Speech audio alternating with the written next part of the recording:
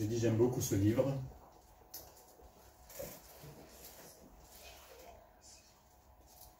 J'attends que vous trouviez. Le 21e jour du 7e mois, la parole de l'Éternel se révéla par Agé le prophète en ces mots. Parle à Zorobabel, fils de Tchétsel, gouverneur de Juda, à Josué, fils de Jotzatak, le souverain sacrificateur, et au reste du peuple, et dis-leur, quel est parmi vous le survivant qui a vu cette maison dans sa première gloire, dans sa gloire première? Et comment la voyez-vous maintenant? Telle qu'elle est, ne paraît-elle pas comme rien à vos yeux? Maintenant, fortifie-toi, Zorobabel, dit l'Éternel. Fortifie-toi, Josué, fils de Jotzadak, souverain sacrificateur. Fortifie-toi, peuple entier du pays, dit l'Éternel, et travaillez, car je suis avec vous, dit l'Éternel des armées. Je reste fidèle à l'alliance que j'ai faite avec vous, quand vous sortîtes de l'Égypte, et mon esprit est au milieu de vous. Ne craignez pas, car ainsi parle l'Éternel des armées, encore un peu de temps, et j'ébranlerai les cieux et la terre, la mer et le sec.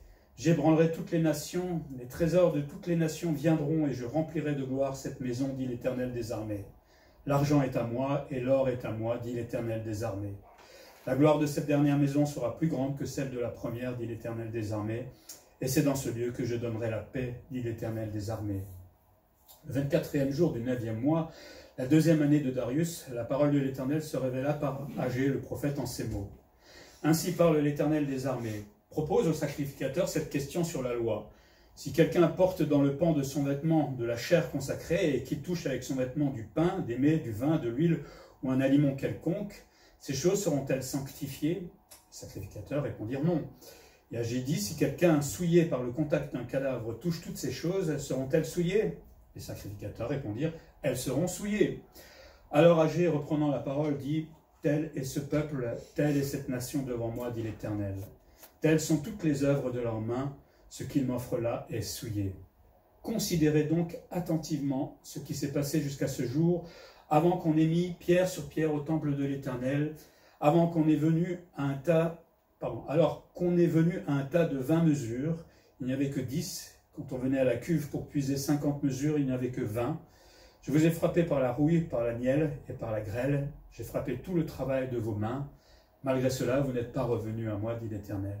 Considérez attentivement ce qui s'est passé jusqu'à ce jour, jusqu'au 24e jour du 9e mois, depuis le jour où le temple de l'Éternel a été fondé. Considérez-le attentivement. Y avait-il encore de la semence dans les greniers? Même la vigne, le figuier, le grenadier et l'olivier n'ont rien rapporté, mais dès ce jour, je répandrai ma bénédiction.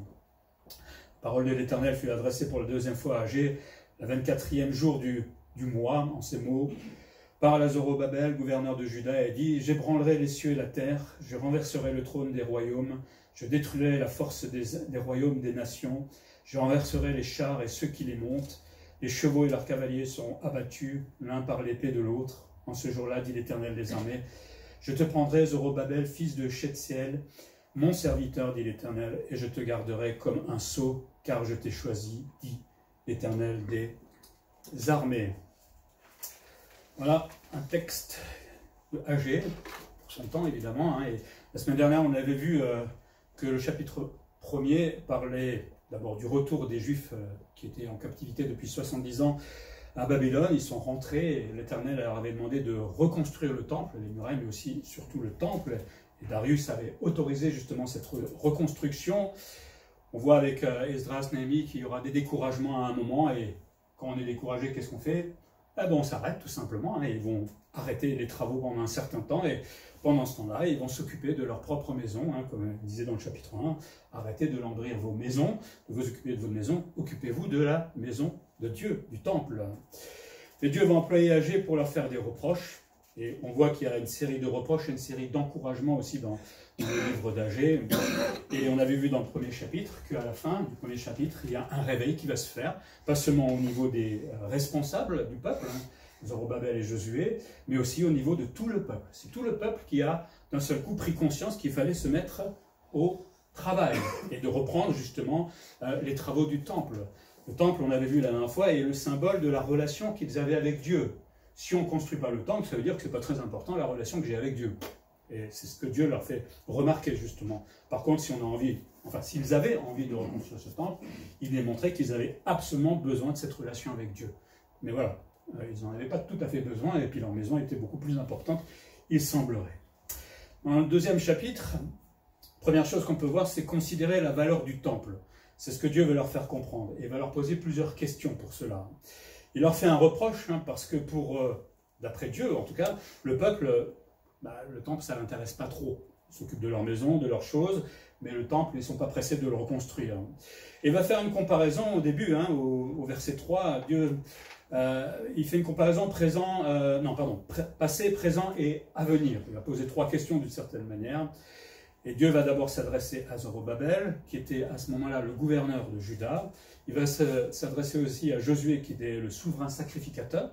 Et puis il va s'adresser au peuple. Il s'adresse à tout le monde, quelque part. Et il va leur faire le reproche que, justement, ces travaux vont mettre du temps à se mettre en place.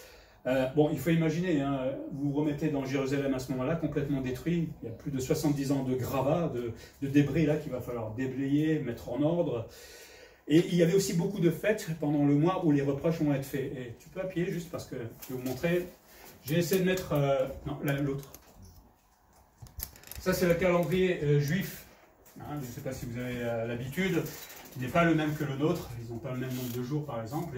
Et deux mois qui nous intéressent, c'est ici, le mois d'Élul et Tisri.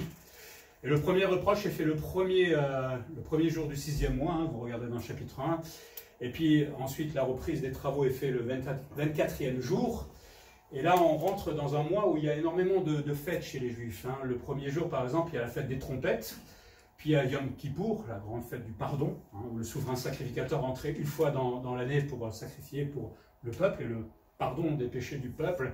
Puis il y avait 7 jours, oui, il me semble, voire 8 avec la convocation, mais plusieurs jours avec la fête des tabernacles. Et donc, c'est à ce moment-là qu'ils devaient aussi reprendre les travaux. Donc ça faisait beaucoup de fêtes, donc des arrêts, des convocations de Dieu, et ils n'avaient pas beaucoup de temps. Donc voilà. Donc on comprend pourquoi ils étaient un peu lents à se mettre à construire, mais Dieu leur fait quand même le reproche. Donc c'est pas parce qu'ils étaient convoqués, parce qu'ils devaient pratiquer ces fêtes, que ça ne voulait pas dire qu'il ne fallait pas se mettre au travail. Ils sont fatigués après la fête, à mon avis. Tu peux mettre la chronologie maintenant, s'il te plaît, Rémi? C'est juste pour vous repérer un peu dans le temps. On est avant Jésus-Christ, évidemment. Les travaux avaient débuté en 536 avant Jésus-Christ. On voit ça dans Esdras. Un an après, les travaux, comme on l'a vu tout à l'heure, vont être interrompus parce qu'il y a eu des menaces et les Juifs se sont découragés. Et puis l'an 520, c'est Agé, ça concerne le temps de Agé, la deuxième année de Darius, donc on a un repère fiable, tout simplement, profane, donc ça nous permet de vraiment positionner les dates. Et on a le premier message de reproche, le 6e mois, le premier jour, c'est dans Agé 1.1. Puis on voit la reprise des travaux quelques jours après, exactement 23 jours, le même mois. Premier message d'encouragement, le 7e mois, 21e jour. Retenez, il y a une interrogation écrite tout à l'heure, c'est bien ça. Deuxième message, 9e mois, 24e jour. Il a quand même laissé presque 2 mois, un peu moins de 2 mois au peuple pour se réveiller et pour se mettre en action. Et il semblerait que, vu le message de reproche, c'est qu'ils n'ont rien fait, ou pas suffisamment en tout cas. Et puis, toujours le deuxième message d'encouragement, le même mois et le même jour. Intéressant de voir, en regardant comme ça, il y a un message d'encouragement, il y a un message de reproche, un message d'encouragement, un message de reproche, un message d'encouragement. Le Seigneur est bon quand même quand on regarde comme ça. Dieu nous reprend des fois, mais il nous encourage aussi toujours derrière. C'est ça que je voulais qu'on voit aussi à travers de la chronologie. Merci. Donc voilà, maintenant vous avez toutes les dates en tête, c'est bien. Mais il dit, premièrement, souvenez-vous du passé. Pensez. Et là, je pense qu'il s'adressait surtout aux vieillards, parce qu'ils ont passé 70 années en exil, donc les plus jeunes, là, ils doivent avoir près de 70 ans, 90 ans. Je ne sais pas jusqu'à quel âge on vivait à ce moment-là, mais il dit, qui a vu le temple dans sa première gloire? Ce n'est pas la jeune génération qui vient d'arriver, donc c'est forcément destiné, enfin la question est destinée aux vieillards, ça rejoint un peu ce que Rémi disait tout à l'heure, les vieillards avaient un rôle à ce moment-là dans le peuple. Leur responsabilité, justement, c'était de leur rappeler cette première gloire du temple, comment ça se passait. Mais ils n'ont pas fait leur travail, il semblerait. En tout cas, ils n'ont pas incité les jeunes à se mettre au travail. Le message que Dieu voulait adresser au travers de cette question, c'est souvenez-vous qu'à un moment, ce temple avait une certaine gloire, mais qu'il a été détruit à cause du péché. Combien de fois Dieu avait repris Israël en leur disant « Attention, attention, danger, danger, arrêtez l'idolâtrie, arrêtez le péché ». Israël dit oh, « Dieu est plein de compassion, donc on doit recommencer. Hein. » Mais au bout d'un moment, Dieu les a punis, et sévèrement même. Puis il pose une deuxième question dans les premiers versets de AG2, de regarder aujourd'hui. Comment le voyez-vous aujourd'hui, ce temple? Regardez à quoi il ressemble. Alors, on imagine un tas de débris, parce que c'était complètement en ruine. Mais le peuple passait tous les jours à côté, et puis bon, à force, vous savez, on s'habitue aux ruines. Et puis on n'est pas pressé, puisqu'on est occupé à faire autre chose. L'idée de Dieu, le message qu'il voulait leur communiquer, c'est « Mais regardez, votre relation avec moi, passer devant, c'est qu'un tas de débris. Ça ne vous intéresse plus d'avoir une relation avec moi, en fait, au travers du temple, au travers des sacrifices, etc. » Et le peuple, ça ne le gênait pas trop. Heureusement que Dieu va les reprendre. C'est un peu comme nous, des fois. Ça ne nous gêne pas trop si notre relation avec Dieu est quasiment inexistante. On est capable de passer à côté et de trouver plein d'excuses.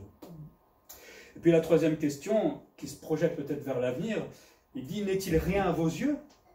Vous le voyez tous les jours, il est en débris, mais ça ne vous fait rien, quoi. Ça ne vous pose pas de problème. Qu'est-ce que vous allez faire? C'est ça qu'il est en train de leur dire.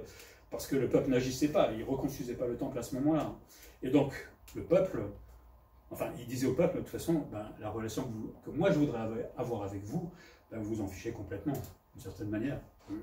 Le message, évidemment, de Dieu à ce moment-là, c'était rebâtissez ce temple, déjà pour que cette gloire, c'est-à-dire la gloire de Dieu, puisse être nouveau manifeste devant le peuple, mais aussi pour que vous puissiez de nouveau rétablir cette relation avec moi au travers du service du temple et démontrer quelque part que vous avez, qu'il a une certaine valeur et que moi-même, je parle de Dieu, j'ai une valeur pour vous.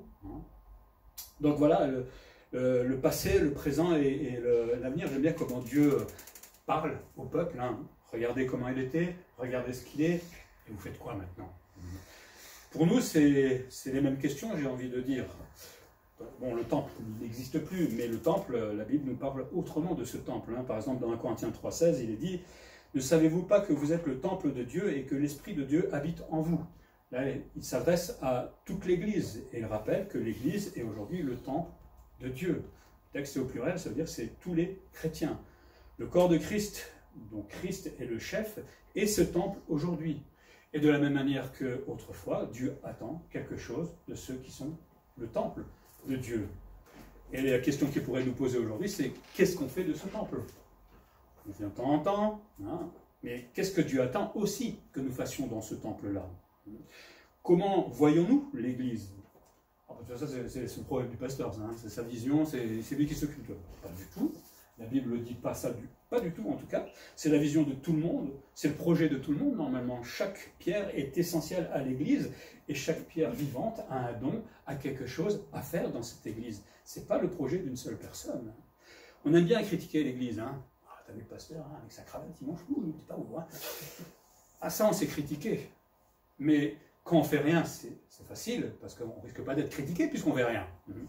Alors, il y a des courageux qui vont essayer de faire quelque chose, mais alors là, on leur tombe dessus tout de suite. Mais le Seigneur posait la question à l'époque, et nous la pose aussi aujourd'hui. Mais qu'est-ce qu'on fait dans cette Église? Facile d'être toujours critiqué ceux qui travaillent dans l'Église, qu'on n'aime pas leur travail, etc. Mais moi, qu'est-ce que je fais? Qu'est-ce que Dieu pourrait dire de ce que je fais? Quelle est mon implication dans cette Église? Puis la Bible nous dit aussi que moi, en tant que chrétien, je suis le corps du Saint-Esprit, le temple du Saint-Esprit, pardon, en Corinthiens 6, 19. Ne savez-vous pas que votre corps est le temple du Saint-Esprit qui est en vous, que vous avez reçu de Dieu et que vous ne vous appartenez point à vous-même? L'Église est le temple du Saint-Esprit, mais moi-même, je suis aussi considéré comme ce temple où le Saint-Esprit habite en moi, Saint-Esprit qui est donné par Dieu à la nouvelle naissance. Et ce Saint-Esprit, il n'est pas là pour être en vacances. Souvent on le met de côté parce qu'il travaille notre conscience, ou veut nous changer, sanctifier, etc. Et puis on dit, écoute, on n'est pas trop pressé, comme pour la relation qu'avait le peuple à l'époque avec le temple. Mais lui, il voudrait agir dans notre vie, nous transformer, et il voudrait nous pousser évidemment à servir et faire ce que Dieu nous demande. Mais des fois on le tait, parle trop Saint-Esprit. Pourquoi tu veux me changer là? Je suis bien dans mon péché, je suis bien là, pas trop servir. Avec ma petite vie chrétienne tranquille, on est bien. En plus, c'est les vacances bientôt, alors on ne m'embête pas. Mais nous appartenons à Dieu, dit 1 Corinthiens. Et cette appartenance, ce n'est pas juste un mot comme ça, un verbe, pardon. mais c'est qu'on appartient vraiment à Dieu. On est la propriété intellectuelle, j'ai envie de dire, de Dieu. On a été racheté pour faire des choses pour Dieu et racheté à un grand prix, la croix. Jésus a donné sa vie pour que nous soyons rachetés, mais aussi pour que nous le servions, que nous le fassions plaisir. Agé, pour moi, me pose la question aujourd'hui, tu regardes l'église, qu'est-ce que tu en penses? Et qu'est-ce que tu fais dans cette église? Où est ta place dans cette église? Et ce n'est pas une question qui était que pour le passé, c'est une question pour moi aujourd'hui et pour moi tous les jours. Qu'est-ce que je peux bien faire dans cette église? Où est ma place? Ou est-ce que je préfère être spectateur ou alors acteur? Et chacun d'entre nous, on a quelque chose à faire, même si vous pensez être pas bon dans ci et ça. Dieu a dit qu'il y a un don pour chacun. C'est pas moi, hein. Si c'était que moi, je veux dire, bon, ok, il n'y a pas de problème, mais c'est Dieu qui le dit. Donc Dieu ne ment pas, je crois. Donc si vous dites, moi je ne sais pas quoi faire dans l'église, faites Dieu menteur. La question c'est, est-ce que je prends le temps de prier, de demander à Dieu, on est peut-être responsable aussi de l'église, qu'est-ce que je pourrais faire? Ça coûte rien de prier, non? C'est dur de prier? Ouais, mais si je prie en demandant à Dieu, il va peut-être répondre. Ah. Et peut-être cette fois, il va répondre, parce que des fois, je prie dans d'autres choses, il ne répond pas. Mais là, peut-être qu'il va répondre, et certainement qu'il va le faire. Et ça nous embête. Parce que là, ça nous responsabilise. Mais ce n'est pas parce que Dieu va répondre que ça ne nous responsabilise pas avant. Un jour, on sera devant Jésus, et il nous rappellera qu'on avait un don, et si je n'ai rien fait, il va nous faire le reproche.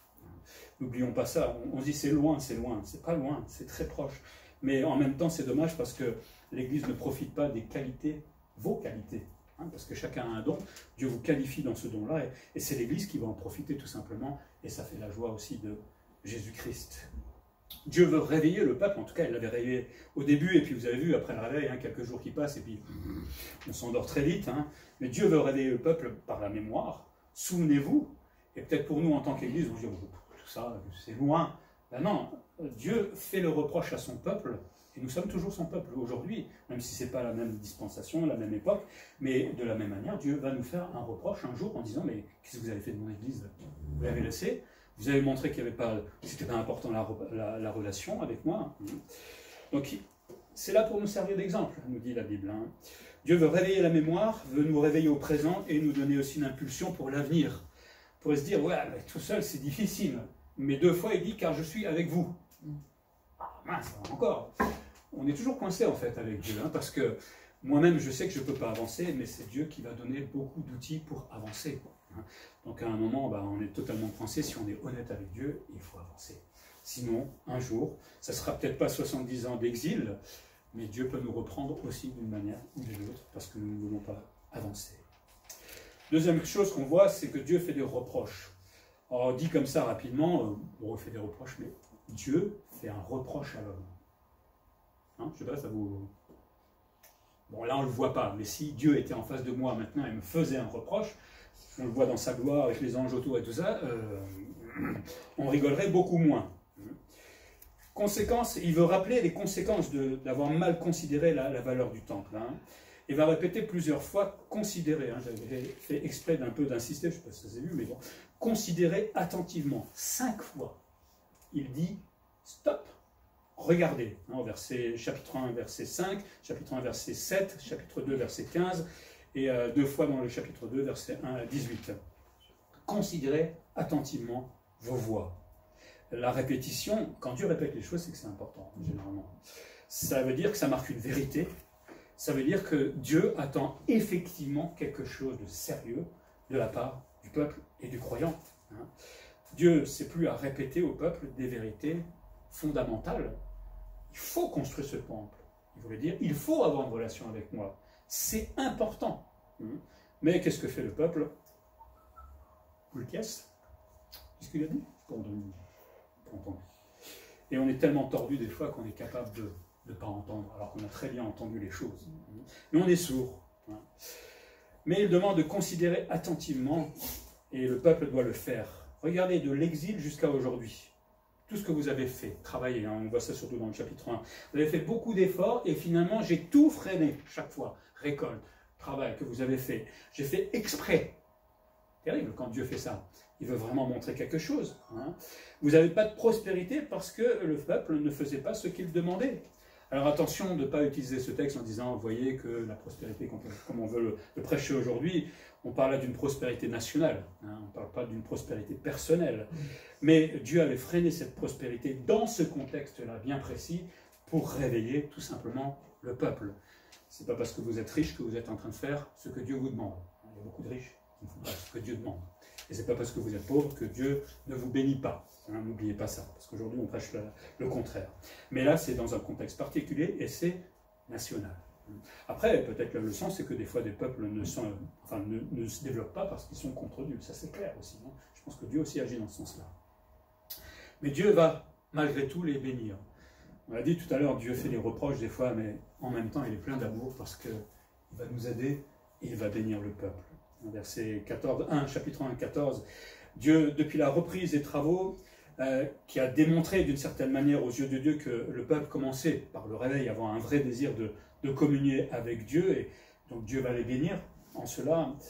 Et ce qui est intéressant, c'est qu'en se mettant à travailler pour construire le temple, eh bien, il montrait aux yeux de tous que la relation avec Dieu était importante. Si je viens jamais à l'église, qu'est-ce que je peux bien penser de cette personne? Est-ce qu'elle a besoin de Dieu? Ben non, elle n'a pas besoin de relation, puisque je ne la vois jamais. Alors, ce n'est pas parce qu'on la voit plus souvent qu'elle est meilleure, c'est pas ça non plus ce que je veux dire. Mais cette relation avec Dieu se voit dans ma relation avec l'Église, dans mon témoignage, dans l'amour que j'ai peut-être les uns avec les autres. Ma relation avec Dieu se voit, elle est visuelle. Hein. Si quelqu'un me dit, oui, moi j'ai une grande relation avec Dieu, que je ne vois jamais à l'église, que je ne vois pas aimer, qu'il a toujours de la haine, de la colère, etc., elle est où la relation là? Parce que là j'ai quand même un petit doute. Hein. Ou alors Dieu, c'est pas le même Dieu, quoi. Elle se voit. Et c'était la même chose pour ce temple à ce moment-là. Et Dieu définit un peu la vraie bénédiction, hein, parce qu'aujourd'hui on débat là-dessus, mais elle n'est pas matérielle, la bénédiction. Même si Dieu se plaît des fois à nous bénir matériellement, elle n'est pas dans les maisons, puisqu'il va faire le reproche. Arrêtez un peu de vous occuper de vos jardins, etc. Il ne dit pas ne plus le faire, on s'entend bien. Mais si ça passe au-dessus de l'église, ou à l'époque au-dessus du temple, il y a un moment où il faut stopper. Hein. Mais cette bénédiction, elle est dans la relation restaurée et fidèle avec Dieu. Hein, parce que Dieu va les bénir à partir du moment où ils veulent de nouveau cette relation avec Dieu en reconstruisant le temple. Et c'est là où on est béni. Et de toute façon, le principe est vrai, parce que quand on n'a pas de communion avec Dieu, on est comment? Déprimé, ou peut-être pas à ce moment-là, mais enfin, si on est vraiment longtemps sans Dieu, oui, ben, on déprime, à un moment, la vie est triste. C'est pas une bénédiction d'être triste. Et de toute façon, c'est pas ce que Dieu veut. Hein. Il y a des tristesses légitimes, mais si on est triste parce qu'on n'a pas de communion avec Dieu, c'est pas ce que Dieu veut pour nous. Et donc forcément, Dieu ne nous bénit pas, quelque part. Dieu leur dit, considérez attentivement vos voies, considérez que vous me montrez là que le temple n'a aucune valeur, que la relation que je veux avec vous n'a aucune valeur, et malgré tout cela, Dieu va les encourager. Hein, quand on traîne les pattes, de temps en temps, Dieu nous pousse avec beaucoup d'amour, des fois avec une petite calotte, hein. Mais voilà, Dieu ne veut pas qu'on reste dans notre situation, il veut que l'on avance. Puis il nous parle, troisième chose, l'encouragement, hein, de Dieu par rapport au peuple. Il va aller dans le présent, mais il va aller aussi dans l'avenir. Alors, d'abord, ce présent, ou les encouragements au présent, au verset 4, hein, il appelle à se fortifier, il appelle Zorobabel, Josué et tout le peuple, fortifiez-vous, allez, on se met maintenant au travail. Hein, j'ai dit que je suis avec vous, je vais vous encourager, je vais vous soutenir, alors maintenant, mettez-vous au travail. Parce que bon, vous avez beau dire, vous n'avez pas les capacités, etc. Mais si c'est moi qui vous les donne, si c'est moi qui est avec vous, là, on ne peut plus rien dire. On doit se mettre au travail. Je suis avec vous. Il l'a répété 2 fois. Et Jésus a dit la même chose, je suis avec vous jusqu'à la fin du monde. Donc on ne va pas se dire, ah oui, mais ça c'était le contexte, Dieu était avec eux. Hein. Non, non, Jésus est avec nous aujourd'hui aussi. Et donc Dieu aussi est avec nous et c'est lui qui nous aide à avancer. Et c'est lui qui va aider dans ce travail, hein, puisque ce travail va se faire en commun. Et s'il est possible, c'est parce que, comme il le dit, Dieu est avec eux. Il offre d'abord sa protection divine au peuple. Il y avait des ennemis tout autour, mais Dieu va les protéger pour qu'ils puissent continuer à bâtir le temple. Au verset 5 du chapitre 2, il montre sa fidélité. Dieu est fidèle, hein, parce qu'il dit qu'il gardera son alliance qu'il avait contractée avec le peuple depuis l'Égypte. Donc il veut conserver cette alliance. Et quand j'ai cette alliance avec Dieu, c'est qu'il m'offre toute sa fidélité, sa protection. Et puis, verset 5 toujours, Dieu équipe le peuple parce qu'il dit, vous avez mon esprit. Et donc cet esprit va aider tout simplement à bâtir et à se mettre au travail. Sans lui, c'est impossible. Aujourd'hui, c'est pareil. Si je n'avais pas le Saint-Esprit, je n'avancerais pas, je ne pourrais pas travailler pour le Seigneur. Et c'est lui qui m'aide à agir et à œuvrer pour Dieu. Et puis, il va faire des encouragements, mais pour plus tard. L'eschatologie, comme on parle ça, la doctrine des choses à venir. Première chose qu'il fait au verset 5, 7, 22, c'est un peu mélangé, donc j'ai réuni, excusez-moi, je ne suis pas le texte exactement, mais il dit « Ne craignez rien » au verset 6. Ne craignez rien au peuple parce que, et aujourd'hui, mais aussi dans l'avenir, il y a beaucoup de projets que Dieu a pour le peuple juif.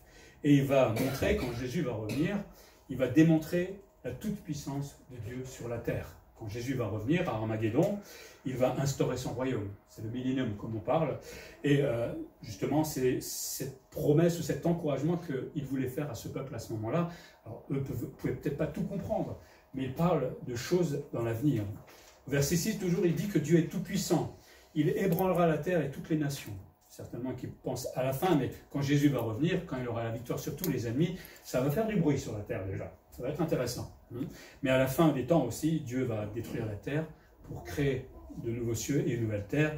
Mais ce qu'il veut leur dire là, à la fin il fera toutes ces choses-là, mais c'est ce Dieu tout-puissant qui est en train de vous accompagner aujourd'hui et qui va vous aider à œuvrer. Au verset 7, il parle qu'il est souverain. C'est lui qui a le dernier mot. Il dit, c'est à moi qu'appartient l'or, l'argent. En fait, tout m'appartient à moi. Donc l'homme donne l'impression qu'il gère les choses, il fait ce qu'il peut. Mais au bout, c'est moi qui suis souverain et c'est moi qui aurai le dernier mot. C'est chouette quand même quand on y réfléchit. Et c'est une parole d'encouragement pour nous aussi aujourd'hui, de savoir que peut-être face à l'injustice, aux difficultés, ok, c'est pour un temps, mais à la fin, c'est Dieu qui va régler des comptes avec tout le monde. Et puis il dit, Dieu renversera les trônes et les armées des nations, c'est certainement la bataille d'Armageddon. Ce monde entier pense pouvoir se liguer contre Jésus-Christ. C'est un peu prétentieux. C'est surtout le diable qui est derrière tout ça, évidemment. Mais ils vont tous devoir fléchir le genou devant Jésus-Christ. Et ça va faire bizarre de voir tous les grands présidents, tous les rois de cette terre, avec toutes leurs armées, devoir fléchir le genou devant Jésus-Christ. On n'en voulait pas, on n'en veut pas, on n'en veut pas. Maintenant, bon, s'ils seront encore vivants, mais maintenant, il va falloir fléchir le genou devant Dieu, devant Jésus-Christ. Ce que Dieu voulait leur dire à ce moment-là, c'est qu'il connaissait l'avenir. Il dit au verset 9, « Ce temple aura une gloire plus grande que celle qu'il a connue jusqu'à présent. » Et là, il faut connaître Ézéchiel, parce qu'Ézéchiel parle d'un 4e temple. Alors là, on est au 2e temple dans Agé. Le 3e temple, ça se passera pendant la grande tribulation. Si vous connaissez un peu Apocalypse, il y aura un 3e temple qui va être construit là. Et les Juifs, justement, ont tout aujourd'hui de prêt pour construire ce temple, parce que les sacrifices, tout ça, peuvent se faire. Ils ont trouvé qui va être... Enfin, ils ont trouvé... comment ça s'appelle les Lévites, etc. Ils ont la vache rousse pour purifier le temple, parce que c'était nécessaire. Chaque fois qu'on faisait le temple, il fallait le purifier au départ. Tout est prêt, en fait, pour recommencer à faire des sacrifices. Il manque juste que l'emplacement aujourd'hui, c'est embêtant, il y a une mosquée. Ça gêne. Mais tout est prêt. Mais ça, c'est le 3e temple. Et le 4e temple, c'est dans Ézéchiel. À l'occasion, si vous avez du temps, lisez 40 à 48, chapitre 40-48. Et là, on parle d'un 4e temple qui sera immense. Et il est dit que dans Ézéchiel, justement, que la gloire de Dieu reviendra dans ce temple. La gloire de Dieu avait quitté le 1er temple parce que le peuple a péché. Mais la gloire de Dieu reviendra. Dans Ézéchiel 43-4, il est dit « La gloire de l'Éternel entre dans la maison par la porte qui était du côté de l'Orient ». Il y a même une précision de l'endroit où il va venir. Et il va de nouveau illuminer ce 4e temple. Là, on est dans le millénium, pendant les 1000 ans où Christ va régner sur la terre. Et donc, forcément, cette gloire va être plus grande, puisque Dieu, de nouveau, sera l'un.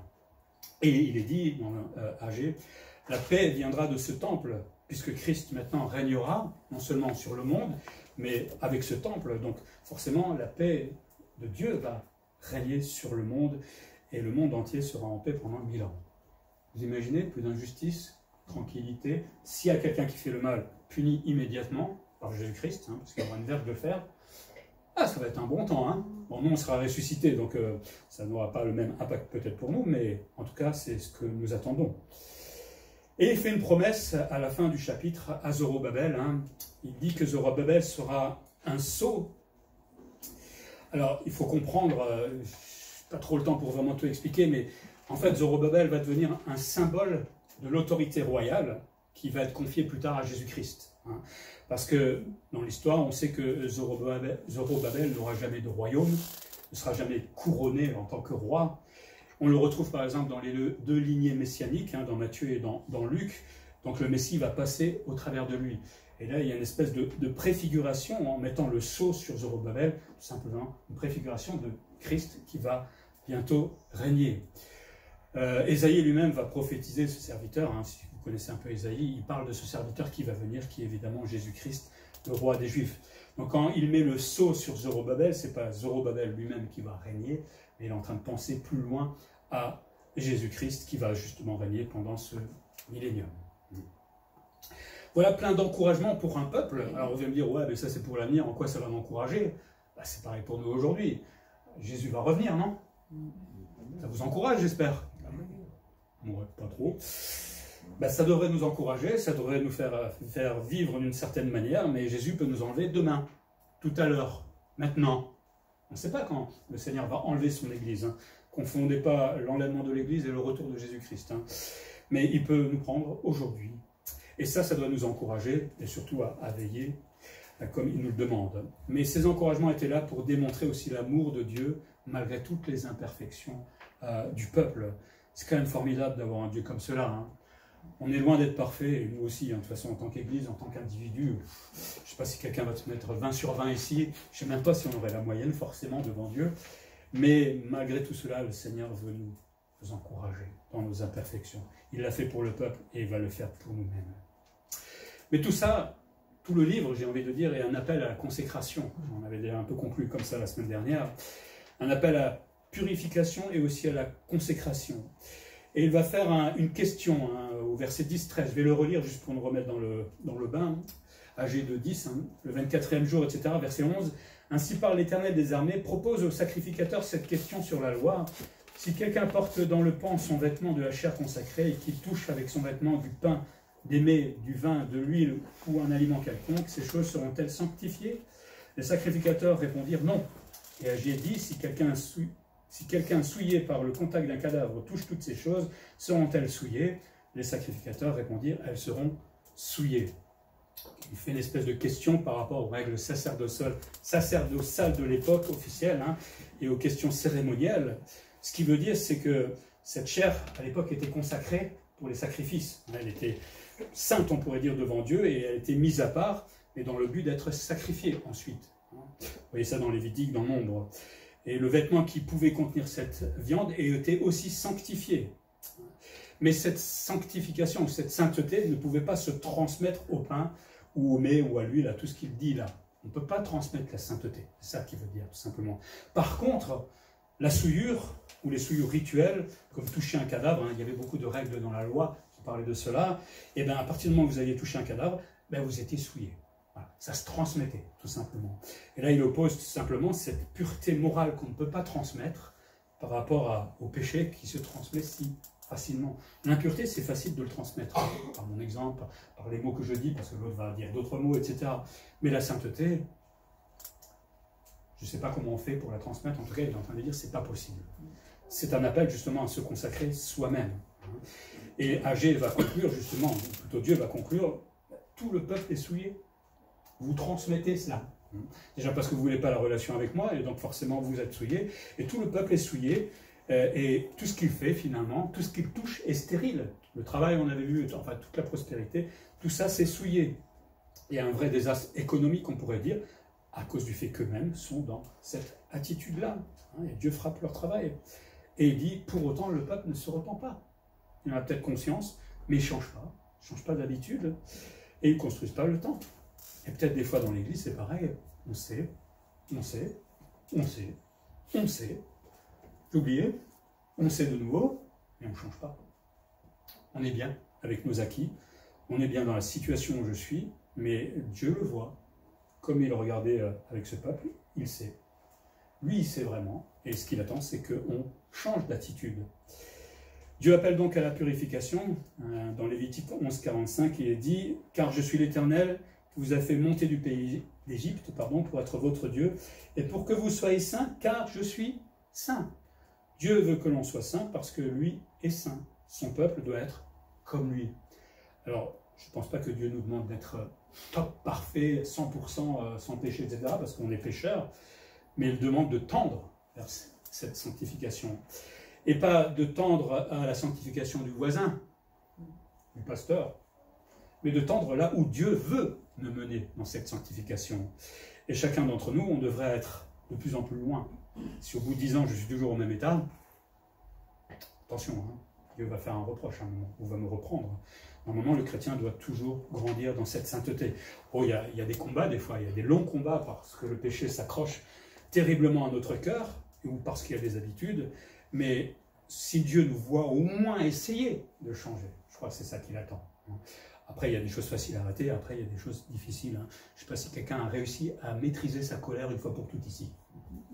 Si vous me dites oui, venez me voir tout à l'heure, je vais vous mettre en colère. Mais je pense, moi je le vois en tout cas dans ma vie, avec le temps, on apprend à se calmer, et à ne pas bondir sur l'autre, et boum. Mais le Seigneur veut que l'on tende dans cette purification. Et le principe de sainteté est toujours valable. Dans 1 Pierre, par exemple, il dit, mais puisque celui qui vous a appelé est saint, vous aussi soyez saints dans toute votre conduite, selon qu'il écrit, vous serez saints, car je suis saint. On aurait pu dire, oui, mais ça c'est pour l'Ancien Testament. Pierre, tu nous embêtes, hein? C'est valable encore pour nous aujourd'hui, et ça reprend un peu notre introduction tout à l'heure, c'est bien d'être saint dans toute notre conduite. La sainteté, c'est pas d'être un petit ange, c'est de faire les choses comme Dieu nous le demande de le faire, tout simplement, dans le travail, dans la famille, etc. Dieu appelle à la purification et donc aussi quelque part à la consécration. Être consacré, d'une certaine manière, c'est être séparé de ce qui n'est pas bon, propre, du péché, tout simplement. Consacré pour servir Dieu. Il faut se séparer de tout ce qui souille, comme là, il y avait un appel qui était fait au peuple. Ce qui souille, c'est le monde. Alors oui, il faut travailler dans le monde. Le Seigneur ne nous demande pas de sortir du monde, mais ne pas faire comme le monde. Dans le travail, dans ce que disent les collègues, etc., le langage. Se séparer du péché, pas toujours simple, mais on essaye de le faire. Se séparer des idoles. Pas d'idole, moi. Je n'ai pas de statut chez moi. Voilà, mais la télé peut être une idole. Facebook peut être une idole. Il y a un tas de choses qui peuvent devenir une idole aujourd'hui. Mes excuses sont mon idole. Ah oui, mais Seigneur, moi je ne suis pas capable de faire grand-chose dans l'église. C'est terrible. Qu'est-ce que je suis humble. Ah oui, c'est comme ça que raisonnent les gens des fois, hélas. Mais c'est une excuse, et ça c'est une forme d'idole, parce qu'on est en train de remplacer ce que Dieu veut pour moi. S'excuser, c'est pas ce que Dieu veut, surtout quand il nous demande de faire quelque chose. Donc, il faut quitter toutes ces choses-là qui nuisent à notre relation avec Dieu. C'est ce qu'il dit au peuple. Arrêtez un peu pour vos maisons, arrêtez de faire ce que vous êtes en train de faire, mettez-vous au travail, rebâtissez ce temple et ayez de nouveau une relation avec moi. Le reste, c'est pas important. La même chose pour le chrétien aujourd'hui. Soit en vie pour Dieu, soit en vie pour soi. Mais on ne peut pas faire les deux en même temps. Ça s'appelle le grand écart, et le grand écart, ça fait très mal à un moment. Soit je suis avec Dieu, soit je suis pas avec Dieu. Mais c'est pas parce que je suis avec Dieu que je ne peux pas avoir des loisirs, je ne peux pas m'occuper de ma maison, je ne peux pas faire mon jardin, on se comprend bien. D'accord? Encore, je ne peux plus faire mon jardin. Non, je voudrais bien vos tomates. Non. Mais voilà, Dieu passe avant toute chose. Il y a des priorités, on avait vu ça la dernière fois. Il est prioritaire dans ma vie. Il veut que l'on vive séparé, c'est-à-dire donner de la valeur au temple. Aujourd'hui, c'est l'Église, et au temple moi-même, en tant que relation avec Dieu. Vous savez, non seulement ça sera quelque chose qui glorifie Dieu, et comme Rémi tout à l'heure l'a dit, ça va aussi attirer, poser des questions aux autres. Parce que si vous pratiquez cette sainteté, cette consécration au travail, à un moment, vous n'allez pas tricher, vous n'allez pas mentir, vous n'allez pas parler grossièrement, et puis les gens vont vous dire, tu viens d'où? Quelle planète? Et on dira, je suis chrétien, tout simplement. Ou je suis loin d'être parfait, je fais encore mes bêtises. Mais ils vont voir une différence morale, une différence de valeur, et ça posera peut-être des questions à ces gens-là. Ça les remettra peut-être en question, très rare, mais bon, on ne sait jamais, et ça sera l'occasion d'un témoignage. Et au moins, mais au moins ils verront que vous obéissez au Seigneur, que l'on est consacré justement à notre Seigneur. Et ça peut avoir un impact. Je pense qu'une fois que le temple était reconstruit, ça avait de nouveau un impact dans toute la région, parce que la relation avec Dieu avait recommencé, et forcément c'est un impact, ce témoignage-là. C'est important d'être consacré hein, et de devenir des exemples. Dans le contexte d'âgé, la critique, enfin le reproche a été fait au départ aux personnes âgées, hein. Je te vise pas François, t'inquiète pas, mais ça a été fait aux personnes âgées parce qu'ils avaient dû être des exemples. Hein. Ils devaient être des exemples. Bon, je pense que quand on a 50 ans, on est déjà âgé, hein, donc ça concerne un peu plus de monde. Hein. Oui, je suis bientôt si vieux. Mais ils étaient revenus de l'exil, ils avaient connu la souffrance, ils avaient connu les avertissements de Dieu, ils avaient connu Babylone, la mort, toutes ces choses-là. On rentre et on recommence. On est pareil, hein. On pêche, on demande pardon et on recommence. On est souvent comme ça, hélas. Enfin, j'ai envie d'arracher mon cœur parce que ça m'énerve. Mais ils n'étaient pas un exemple et forcément cet exemple n'était pas suivi par les autres. Vous savez, ce qu'on communique aujourd'hui visiblement dans les valeurs, j'ai envie de dire, dans ma façon de vivre, par exemple la relation avec Dieu ou avec l'Église, ben c'est les générations suivantes qui regardent. Si moi je ne bâtis pas l'Église comme Dieu veut, eux vont faire pareil. Et au fur et à mesure même diminuer, parce qu'eux vont ensuite transmettre encore moins. Parce que déjà nous, on ne transmet pas grand-chose. Et au fur et à mesure, si on continue comme ça, ben, l'Église disparaît. Elle, parce qu'il n'y a pas d'exemple, parce qu'on nous regarde, et parce qu'il n'y a plus de mentor, il n'y a plus rien. Et c'est ce qu'il était en train de leur dire là, en faisant le reproche aux vieillards. Vous n'êtes pas des mentors pour les jeunes. Et chacun d'entre nous, on devrait être un exemple. Ce n'est pas que pour les vieillards, je pense que la Bible nous dit d'être tous un exemple.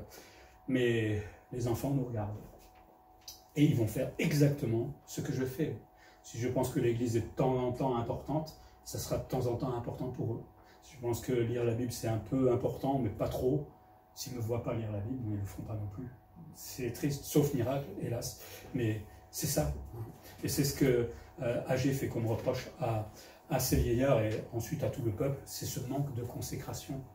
Et vous ne montrez pas l'exemple, tout simplement, pour la génération qui vont suivre. Tous ces principes de purité, de purification, de sainteté, de consécration sont encore valables pour nous aujourd'hui dans l'Église.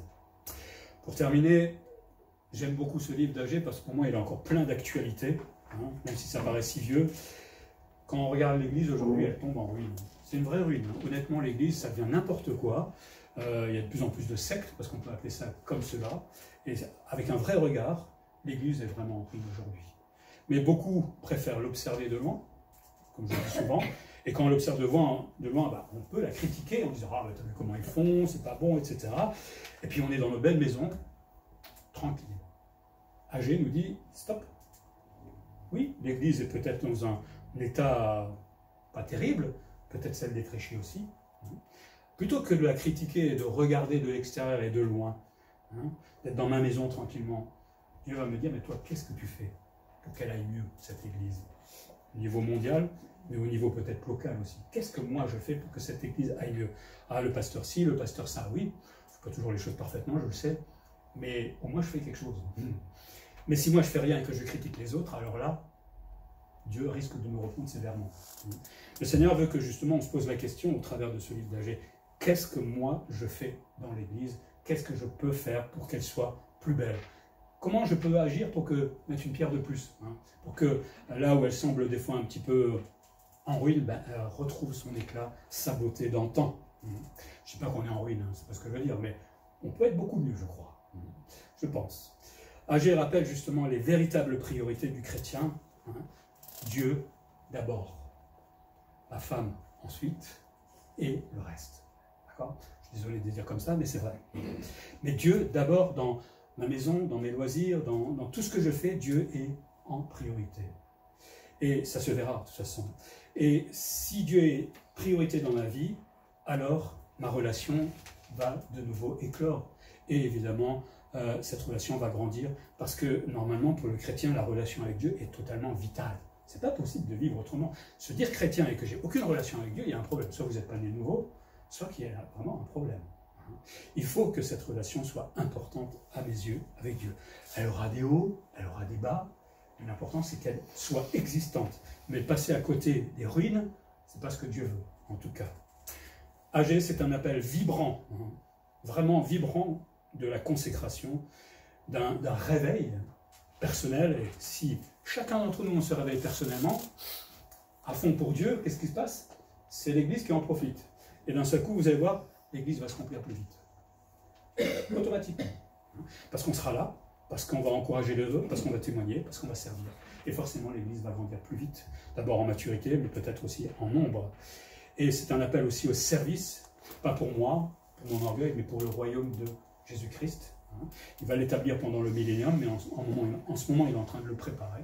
Et il nous demande à chacun d'entre nous d'être une pierre vivante dans ce royaume qui va se mettre en place, c'est-à-dire à œuvrer pour le Seigneur. Vous êtes réveillés? Wow, c'est filmé, hein. Ils vont rien entendre là-bas. Est-ce qu'on veut se réveiller un petit peu avec le Seigneur? Oui. Je ne peux pas vous forcer à vous réveiller, évidemment, mais voilà, c'est le Seigneur qui nous le demande. Et vous allez voir, quand on se réveille vraiment, tout change. Personnellement, dans la relation avec Dieu, mais aussi peut-être avec la relation avec les autres. Et pour l'Église, ça sera que purement bénéfique. Prions.